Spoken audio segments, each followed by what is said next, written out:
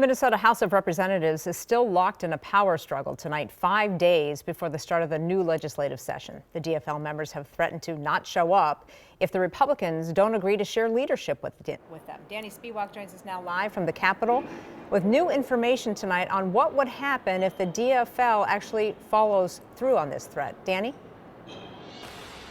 Well, the Secretary of State's office told us today that after a review of the law, they believe that a quorum is 68 members. That basically, in layman's terms, means you need 68 members present to open the House of Representatives and conduct business. Republicans right now only have 67 members, so that means if the DFL makes good on that promise to potentially walk out next week, it would effectively freeze House business. After emerging from Election Day with a tie, Republicans now enter next week's session with a temporary one-seat majority. That's because a judge disqualified one winning DFL candidate, Curtis Johnson, because he didn't meet residency requirements. That makes it 67 GOP, 66 DFL, pending a special election at the end of the month. I have 67 votes for Speaker. GOP Representative Lisa Demuth says there's no reason to share speakership or committee leadership anymore with the DFL. We don't need co-chairs if there is not a tie or a power sharing agreement. With control of the chamber, Republicans also indicated they might not seat DFL Representative Brad Tapke.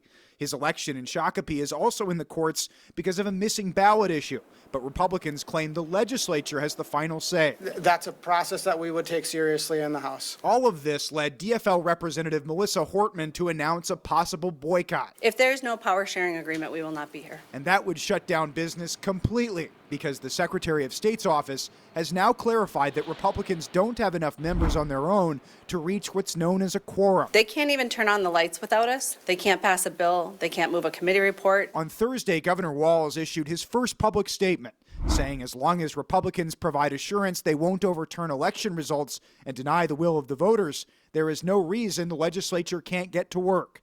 He didn't explicitly endorse a walkout, although we asked Hortman about that earlier in the week. You've talked to him, as he said he's okay with this? I talked to him a couple weeks ago when I thought it was a possibility, and he was fully supportive.